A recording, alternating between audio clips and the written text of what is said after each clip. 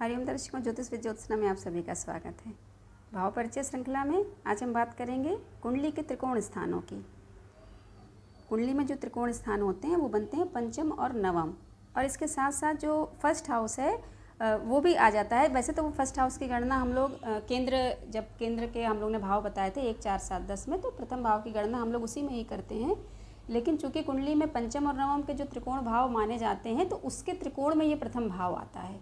तो वैसे तो त्रिकोण भाव पंचम और नवम माने जाते हैं, लेकिन उसके ट्रायंगल में आने के कारण प्रथम भाव को भी इसमें गणना कर ली जाती है। जैसे कि केंद्र भावों के लिए बताया गया था कि जो 1, 4, 7, 10 भाव होते हैं वो विष्णु स्थान बताए गए हैं, और जो पंचम और नवम भाव होते हैं, पंचम और नवम भाव लक्ष्मी भाव माने गए हैं।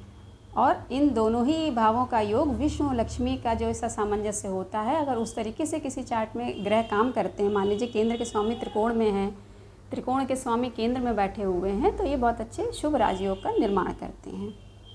पंचम भाव जैसे आप सभी जानते हैं विद्या का भाव होता है, इंटेलिजेंस का भाव होता है, पूर्व जन्म के भाव को भी बोला जाता है। पंचम भाव को पूर्व जन्म का भाव भी कहा जाता है। इसी तरह जो नवम भाव होता है ये धर्म का भाव है, भाग्य का भाव है आपके। तो जब भी 1, 4, 7, 10 इन केंद्र के भाव स्वामियों के साथ पंचम और नवम के स्वामियों का संयोग बनता है, तो जिस भी चार्ट की आप स्टडी कर रहे हैं, अगर उसमें ये संयोग बना हुआ है, सामंजस्य बना हुआ है, तो फिर आप ये कह सकते हैं कि उस कुंडली में शुभता है। और जिस भी भाव का आप प्रेडिक्शन कर रहे हैं या स्टडी कर रहे हैं, तो उसमें आपको बहुत ही सटीक रिजल्ट निकल आएगा कि यदि केंद्र त्रिकोण का संबंध बना हुआ है तो संबंधित भाव से उस भाव केंद्र त्रिकोण का संबंध होने के कारण उस भाव के फलों में वृद्धि हो जाएगी। इसके साथ साथ यदि पंचम और नवम भाव इन दोनों भाव के जो स्वामी हैं उनका संबंध यदि 6, 8 और 12 के स्वामियों के साथ बनता, जो कि बताया गया त्रिक भाव, इस भाव का 6, 8, 12 त्रिक भाव का वीडियो पहले आ चुका है, उसमें इन भावों की व्याख्या करी गई थी।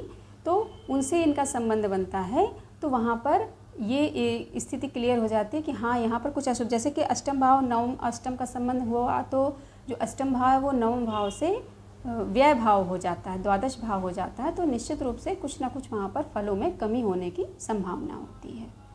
और किसी भी लग्न की कुंडली है, मेष, वृष, मिथुन, कन्या, कर्क, कोई भी लग्न की कुंडली है, उसमें पंचम और नवम भाव जो होते हैं वो निश्चित रूप से ही वो जो लग्न होता है, लग्नेश होते हैं, उसके मित्र ही होते हैं। आप लोग रोटेट करके अगर चार्ट को देखेंगे तो किसी भी लग्न की कुंडली में जो पंचम और नवम के स्वामी, चूँकि वो त्रिकोण स्थान है, तो उसके जो स्वामी होंगे वो आपस में मित्र ही निर्धारित होते हैं, इसीलिए उनमें नैसर्गिक मित्रता होती है।